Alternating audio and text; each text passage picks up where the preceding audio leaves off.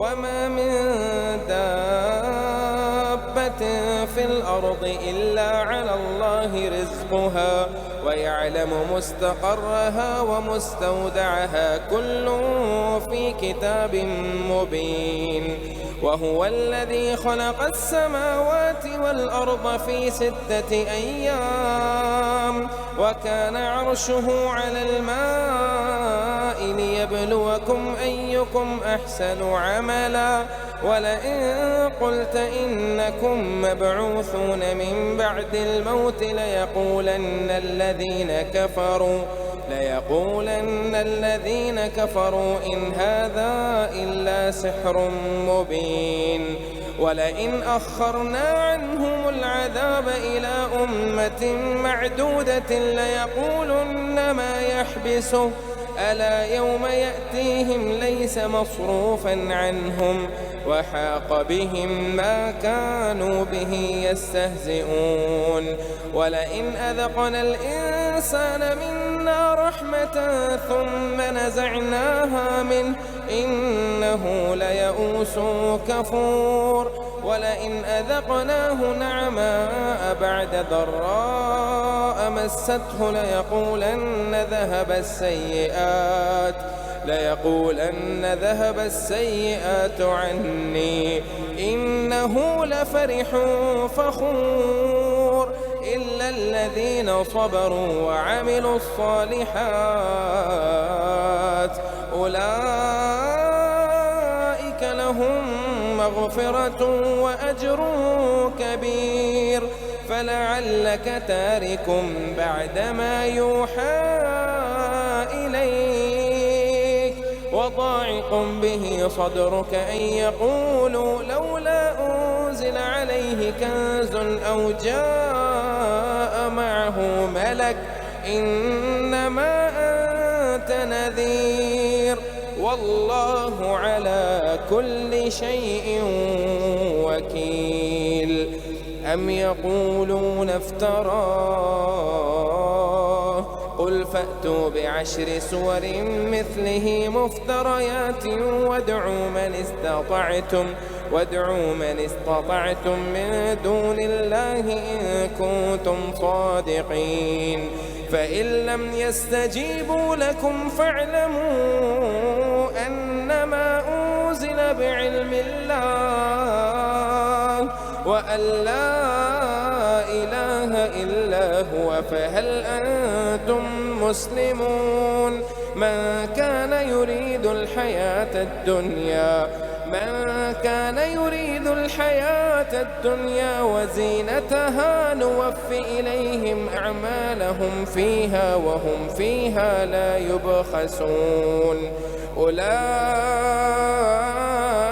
الذين ليس لهم في الآخرة إلا النار وحبط ما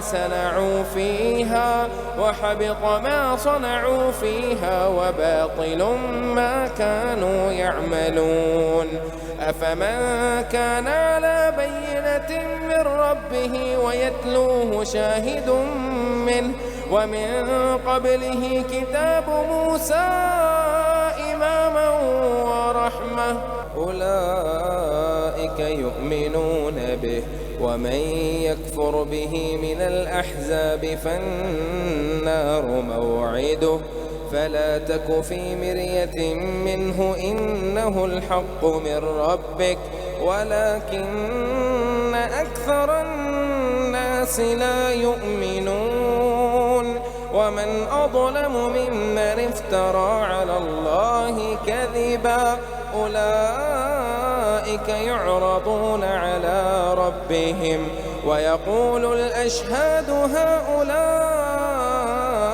الذين كذبوا على ربهم ألا لعنة الله على الظالمين. الذين يصدون عن سبيل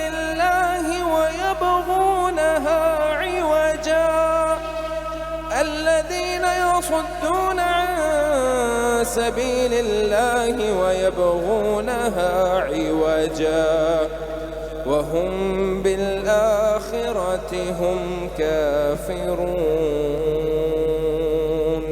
أولئك لم يكونوا معجزين في الأرض وما كان لهم من دون الله من أولياء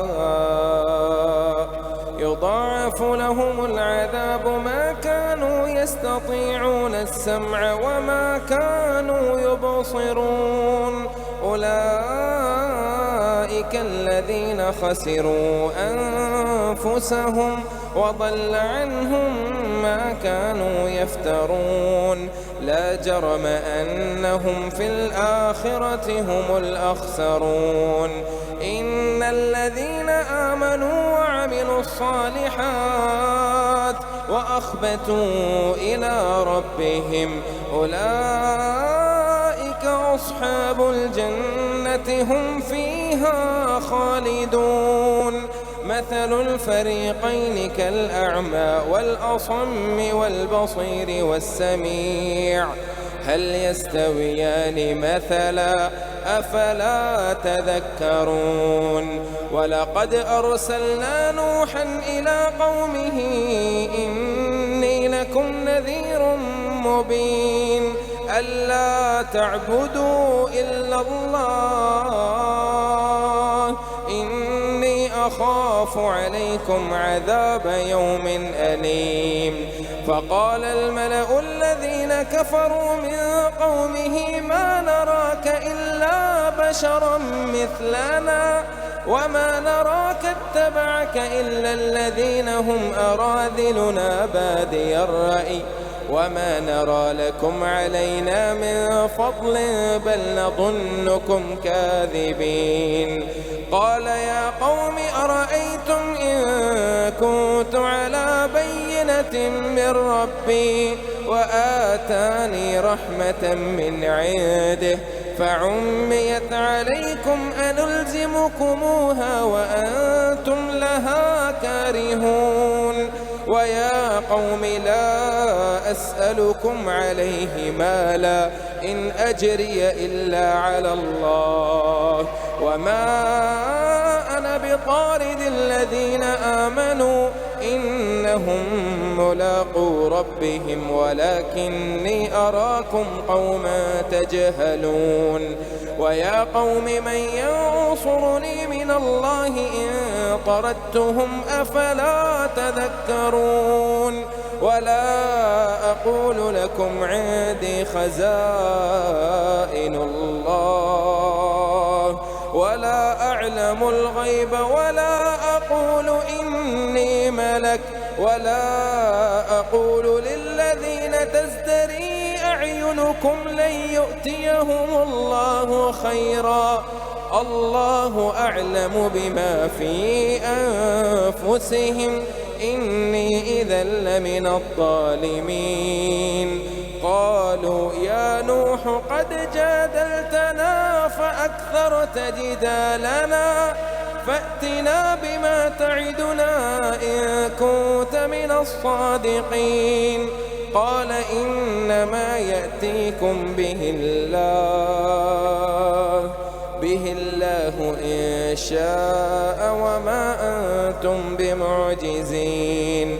ولا ينفعكم نصحي إن أردت أن أنصح لكم إن كان الله يريد أن يغويكم هو ربكم وإليه ترجعون. أم يقولون افتراه قل إن افتريته فعلي إجرامي وأنا بريء مما تجرمون. وأوحي إلى نوح أنه لن يؤمن من قومك إلا من قد آمن فلا تبتئس بما كانوا يفعلون. واصنع الفلك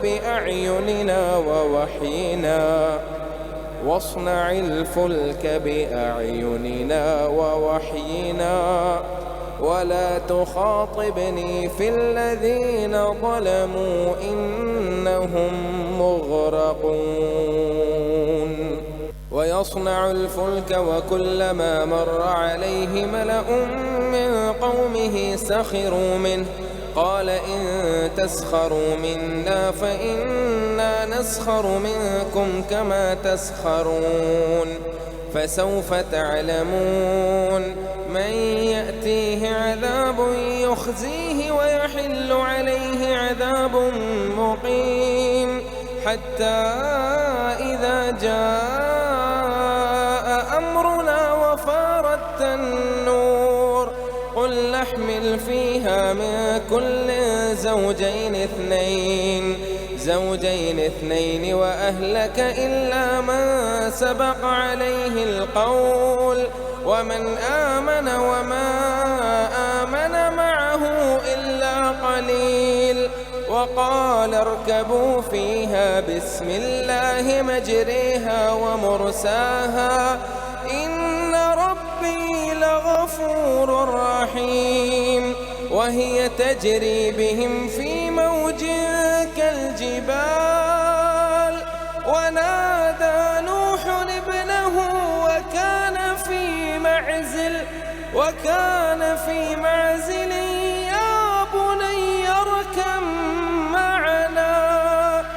يا بني اركم معنا ولا تكن مع الكافرين قال سآوي إلى جبل يعصمني من الماء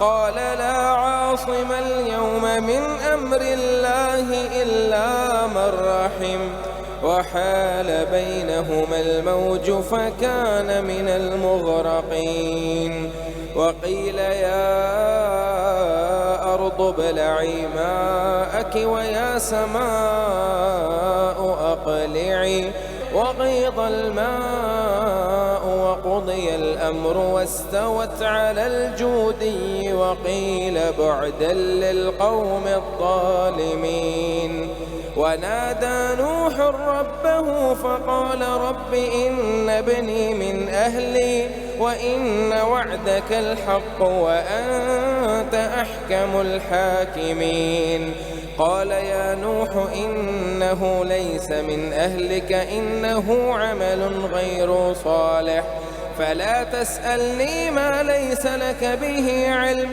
إني أعظك أن تكون من الجاهلين قال رب إني أعوذ بك أن أسألك ما ليس لي به علم وإلا تغفر لي وترحمني أكن من الخاسرين قيل يا نوح اهبط بسلام منا وبركات عليك وعلى ممن معك وأمم سنمتعهم ثم يمسهم منا عذاب أليم تلك من أنباء الغيب نوحيها إليك ما كنت تعلمها أنت ولا قومك من قبل هذا فاصبر إن العاقبة للمتقين وإلى عاد أخاهم هودا قال يا قوم اعبدوا الله ما لكم من إله غيره إن أنتم إلا مفترون يا قوم لا أسألكم عليه أجرا إن أجري إلا على الذي فطرني أفلا تعقلون ويا قوم استغفروا ربكم ثم توبوا إليه يرسل السماء عليكم مدرارا ويزدكم قوة إلى قوتكم ولا تتولوا مجرمين قالوا يا هود ما جئتنا ببينة وما نحن بتاركي آلهتنا عن قولك وما نحن لك بمؤمنين إن نقول إلا اعتراك بعض آلهتنا بسوء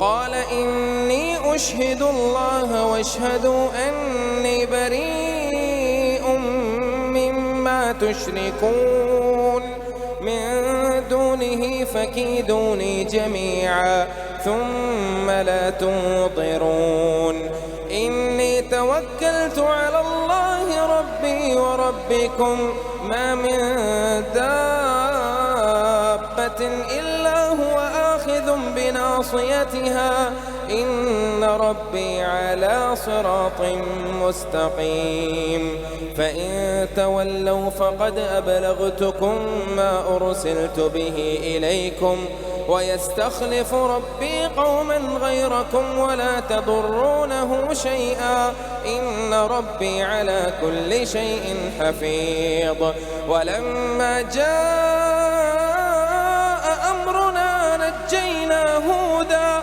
والذين آمنوا معه برحمة منا ونجيناهم من عذاب غليظ وتلك عاد جحدوا بآيات ربهم وعصوا رسله واتبعوا أمر كل جبار عنيد وأتبعوا في هذه الدنيا لعنة ويوم القيامة ألا إن عادا كفروا ربهم ألا بعدا لعاد قوم هود وإلى ثمود أخاهم صالحا قال يا قوم اعبدوا الله ما لكم من إله غيره هو أنشأكم من الأرض واستعمركم فيها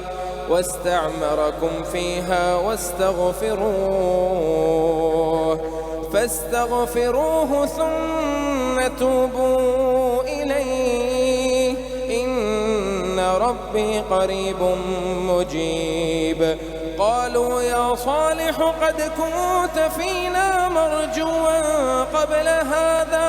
قبل هذا أتنهانا أن نعبد ما يعبد آباؤنا وإننا لفي شك مما تدعونا إليه مريب قال يا قوم أرأيتم إن كنت على بينة من ربي وآتاني منه رحمة فمن ينصرني من الله إن عصيته فما تزيدونني غير تخسير ويا قوم هذه ناقة الله لكم آية فذروها تأكل في أرض الله ولا تمسوها بسوء فيأخذكم عذاب قريب فعقروها فقال تمتعوا في داركم 3 أيام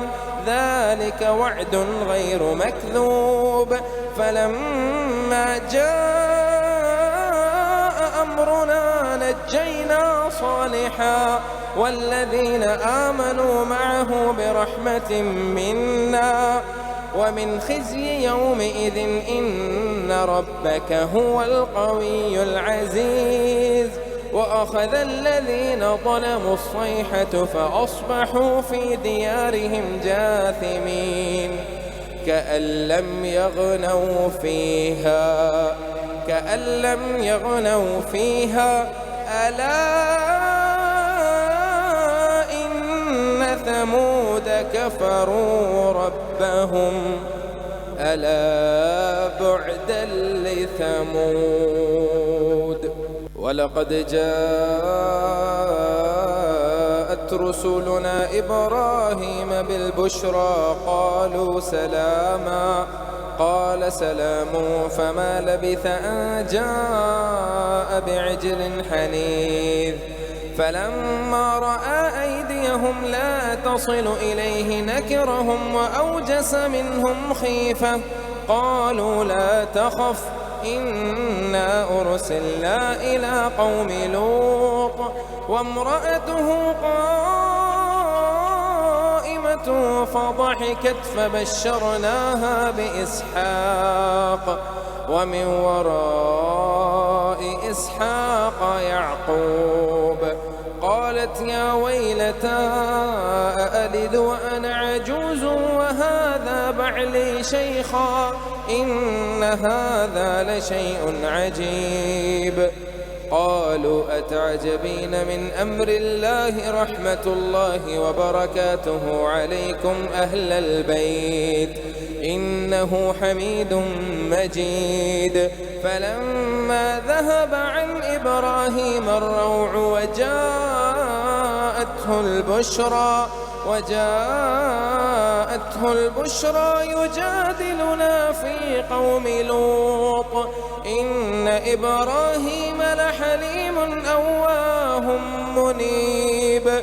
يا إبراهيم أعرض عن هذا إنه قد جاء أمر ربك وإنهم آتيهم عذاب غير مردود.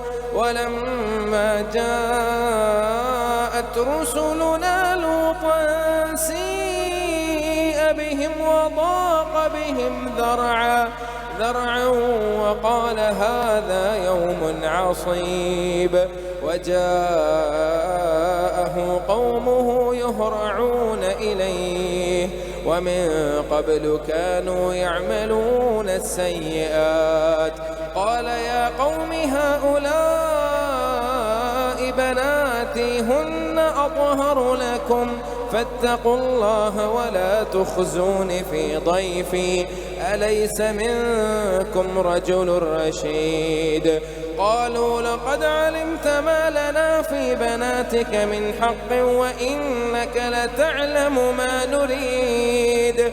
قال لو أن لي بكم قوة أو آوي إلى ركن شديد.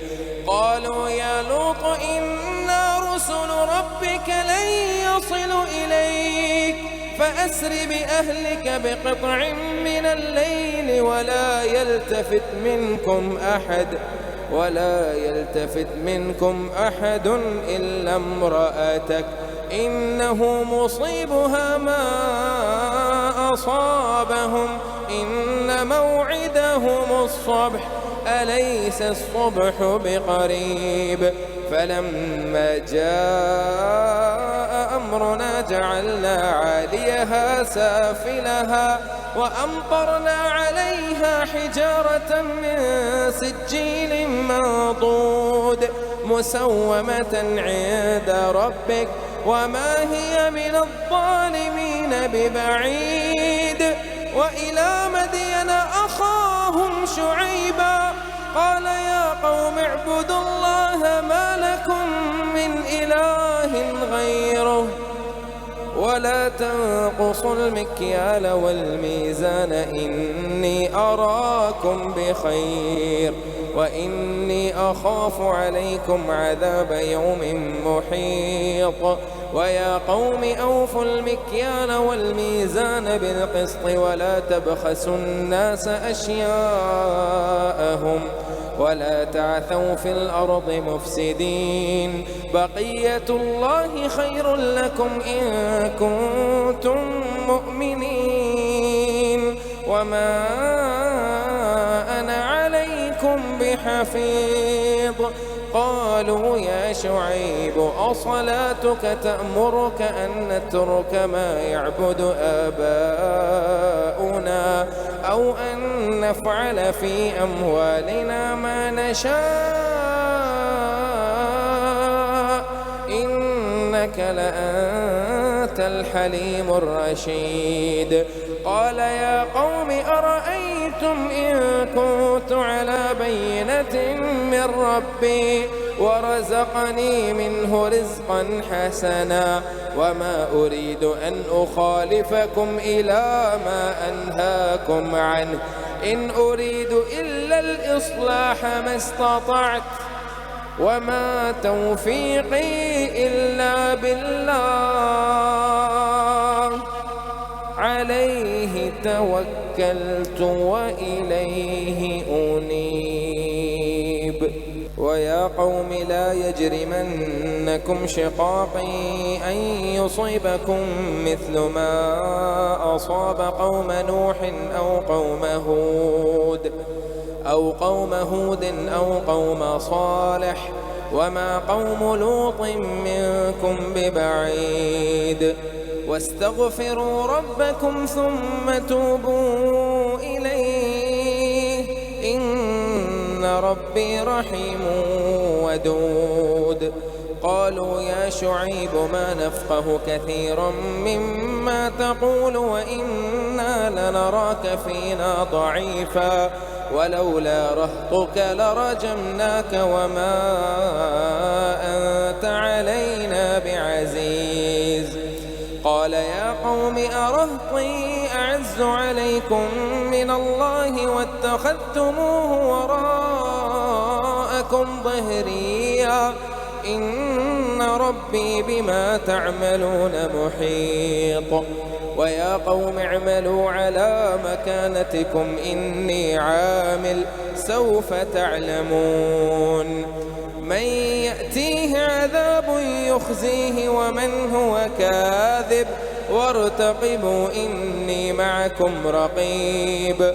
ولما جاء أمرنا نجينا شعيبا والذين آمنوا معه برحمة منا وأخذت الذين ظلموا الصيحة فأصبحوا في ديارهم جاثمين كأن لم يغنوا فيها ألا بعدا لمدين كما بعدت ثمود. ولقد أرسلنا موسى بآياتنا وسلطان مبين إلى فرعون وملئه فاتبعوا أمر فرعون وما أمر فرعون برشيد. يقدم قومه يوم القيامة فأوردهم النار وبئس الورد المورود. وأتبعوا في هذه لعنة ويوم القيامة بئس الرفد المرفود. ذلك من أنباء القرى نقصه عليك منها قائم وحصيد. وما ظلمناهم ولكن ظلموا أنفسهم فما أغنت عنهم آلهتهم التي يدعون من دون الله من شيء لما جاء أمر ربك وما زادوهم غير تتبيب.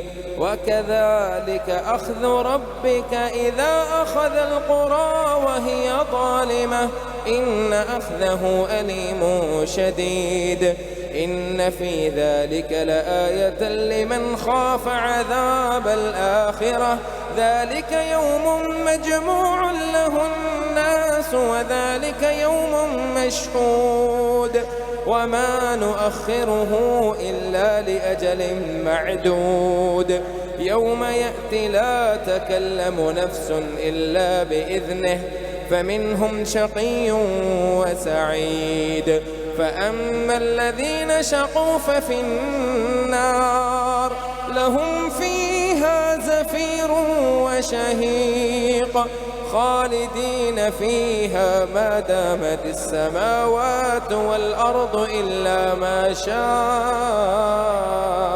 ربك إن ربك فعال لما يريد. وأما الذين سعدوا ففي الجنة خالدين فيها ما دامت السماوات والأرض إلا ما شاء ربك عطاء غير مجذوذ. فلا تك في مرية مما يعبد هؤلاء ما يعبدون إلا كما يعبد آباؤهم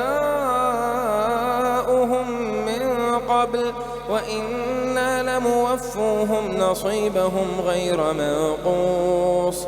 ولقد آتينا موسى الكتاب فاختلف فيه ولولا كلمة سبقت من ربك لقضي بينهم وإنهم لفي شك منه مريب وإن كلا لما ليوفينهم ربك أعمالهم إنه بما يعملون خبير فاستقم كما أمرت ومن تاب معك ولا تطغوا إنه بما تعملون بصير ولا تركنوا إلى الذين ظلموا فتمسكم النار وما لكم من دون الله من أولياء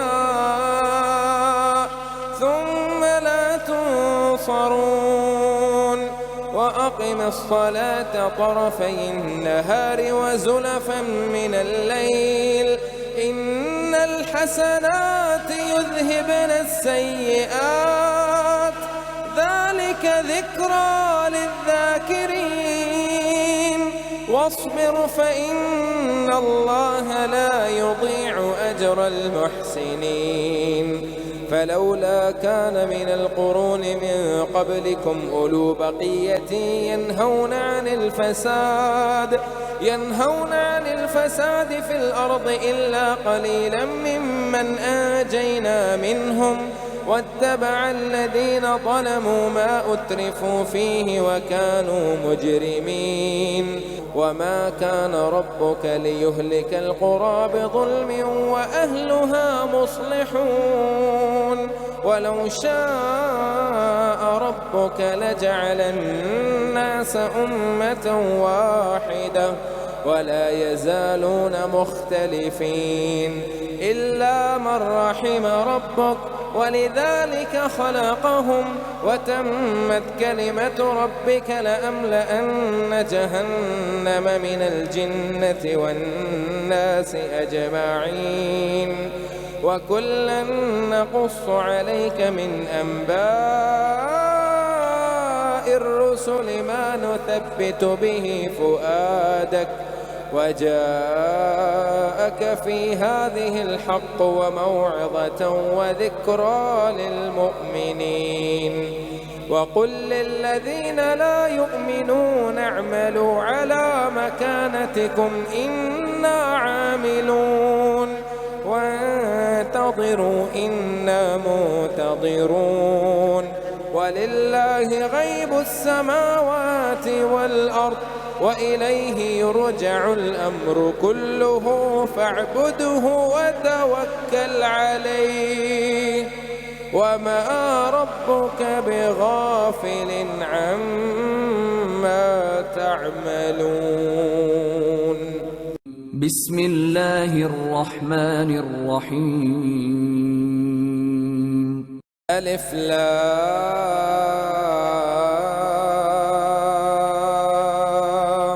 را تلك آيات الكتاب المبين إنا أنزلناه قرآنا عربيا لعلكم تعقلون نحن نقص عليك أحسن القصص بما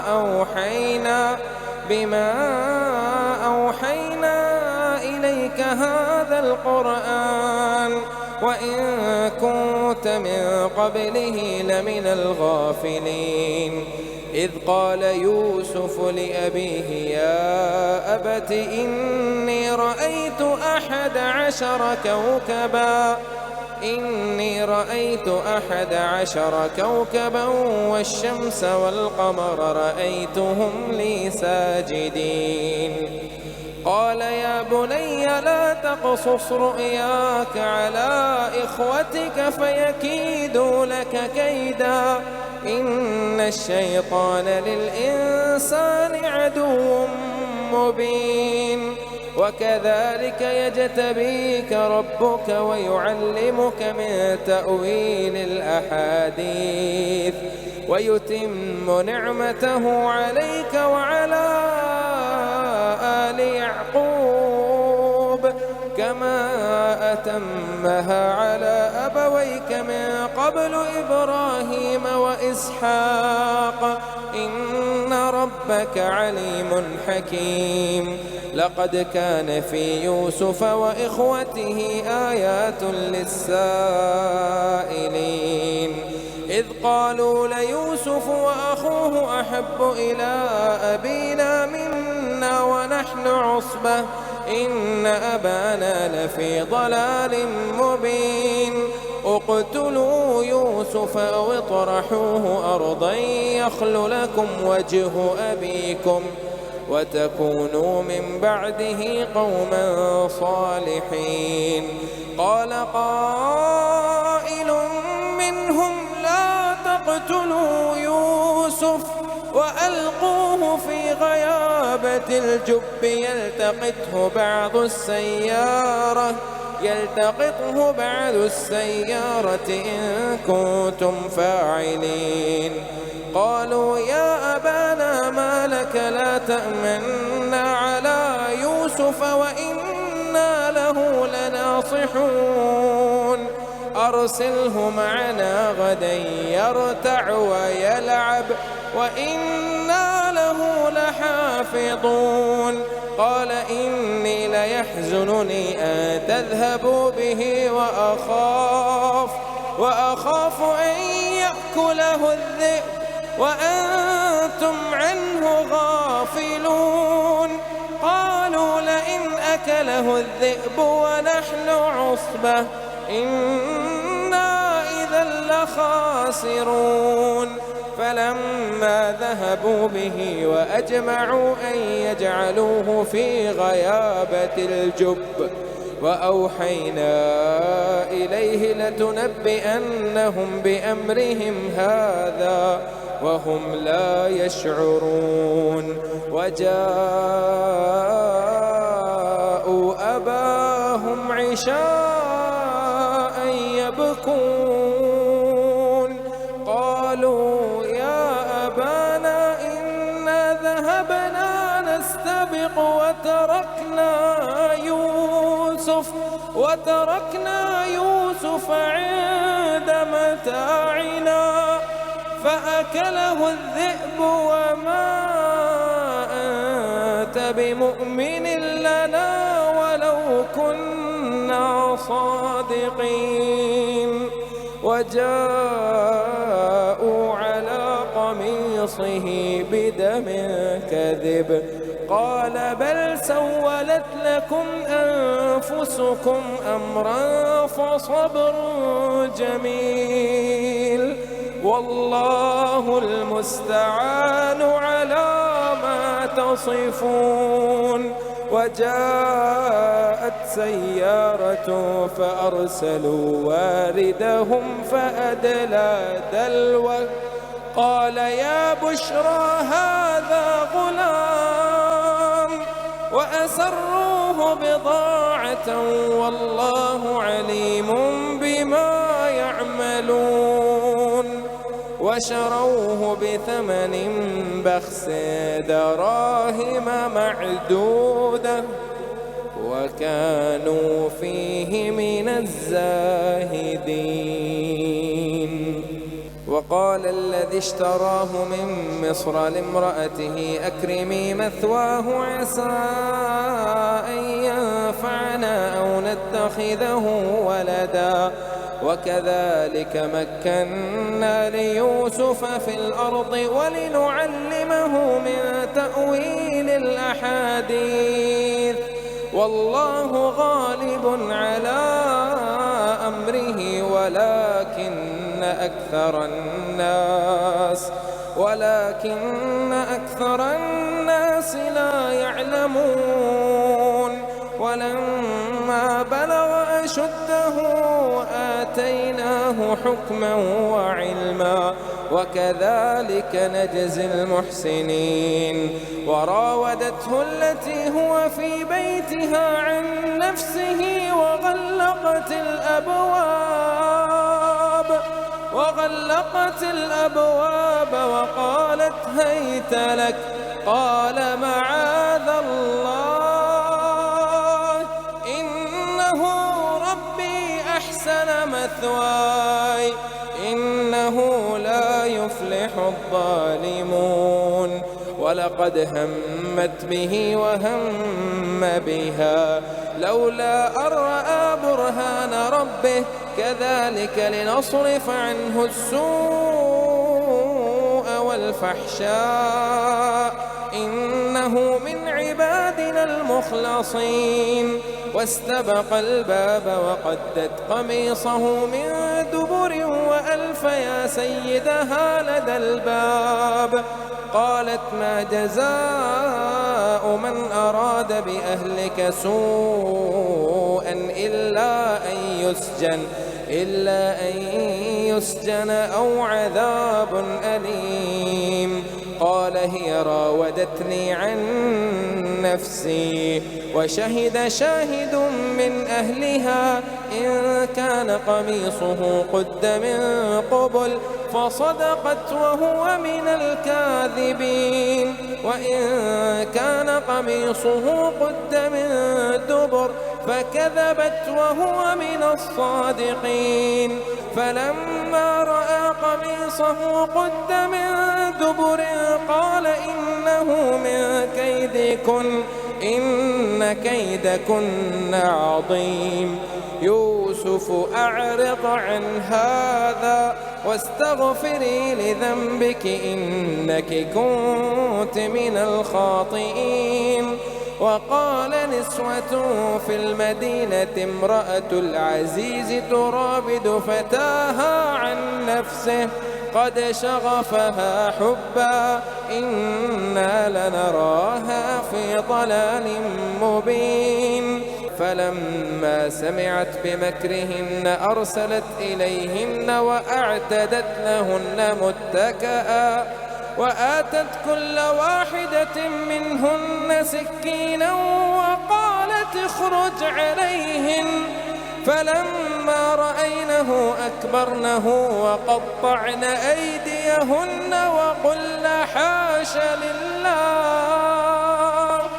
وقلن حاش لله ما هذا بشرا إن هذا إلا ملك كريم. قالت فذلكن الذي لمتنني فيه ولقد راودته عن نفسه فاستعصم ولئن لم يفعل ما آمره ليسجنن وليكون من الصاغرين. قال رب السجن أحب إلي مما يدعونني إليه وإلا تصرف عني كيدهن أصب إليهن وأكن من الجاهلين. فاستجاب له ربه فصرف عنه كيدهن إنه هو السميع العليم. ثم بدا لهم من بعد ما رأوا الآيات ليسجننه حتى حين. ودخل معه السجن فتيان قال أحدهما إني أراني أعصر خمرا وقال الآخر إني أراني أحمل فوق رأسي خبزا تأكل الطير منه نبئنا بتأويله إنا نراك من المحسنين. قال لا يأتيكما طعام ترزقانه إلا نبأتكما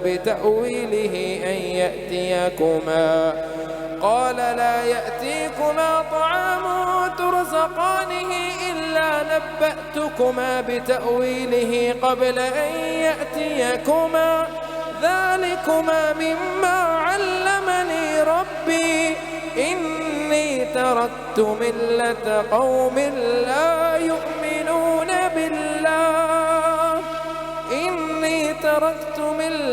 قوم لا يؤمنون بالله وهم بالآخرة هم كافرون. واتبعت ملة آبائي إبراهيم وإسحاق ويعقوب ما كان لنا أن نشرك بالله من شيء ذلك من فضل الله علينا وعلى الناس ولكن أكثر الناس لا يشكرون يا صاحبي السجن أأرباب متفرقون خير أم الله الواحد القهار ما تعبدون من دونه إلا أسماء سميتموها أنتم وآباؤكم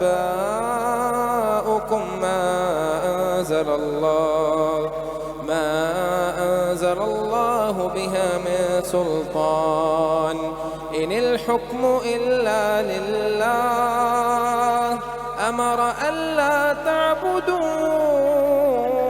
إلا إياه ذلك الدين القيم ولكن أكثر الناس لا يعلمون يا صاحبي السجن أما أحدكما فيسقي ربه خمرا وأما الآخر فيصلب فتأكل الطير من رأسه قضي الأمر الذي فيه تستفتيان وقال للذي ظن أنه ناج منهما اذكرني عند ربك فأنساه الشيطان ذكر ربه فلبث في السجن بضع سنين وقال الملك إني أرى 7 بقرات سمان يأكلهن 7 عجاف و7 سنبلات خضر وأخر يابسات يا أيها الملأ أفتوني في رؤياي إن كنتم للرؤيا تعبرون قالوا أضغاث أحلام وما نحن بتأويل الأحلام بعالمين وقال الذي نجا منهما وادكر بعد أمة أنا أنبئكم بتأويله فأرسلون يوسف أيها الصديق أفتنا في 7 بقرات سمان يأكلهن 7 عجاف و7 سنبلات خضر وأخر يابسات لعلي أرجع إلى الناس لعلهم يعلمون قال تزرعون 7 سنين دأبا فما حصدتم فذروه في سنبله إلا قليلا مما تأكلون ثم يأتي من بعد ذلك 7 شداد يأكل ما قدمتم لهن إلا قليلا مما تحسنون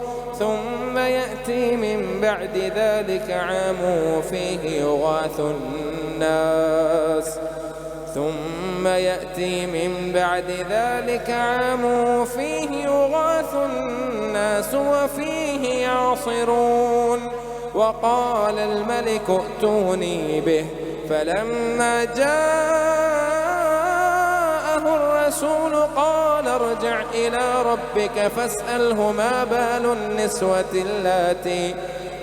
اللاتي قطعن أيديهن إن ربي بكيدهن عليم قال ما خطبكن إذ راوتن يوسف عن نفسه قلنا حاش لله ما علمنا عليه من سوء قالت امرأة العزيز الآن حصحص الحق أنا راودته عن نفسه وإنه لمن الصادقين ذلك ليعلم أني لم أخنه بالغيب وأن الله لا يهدي كيد الخائنين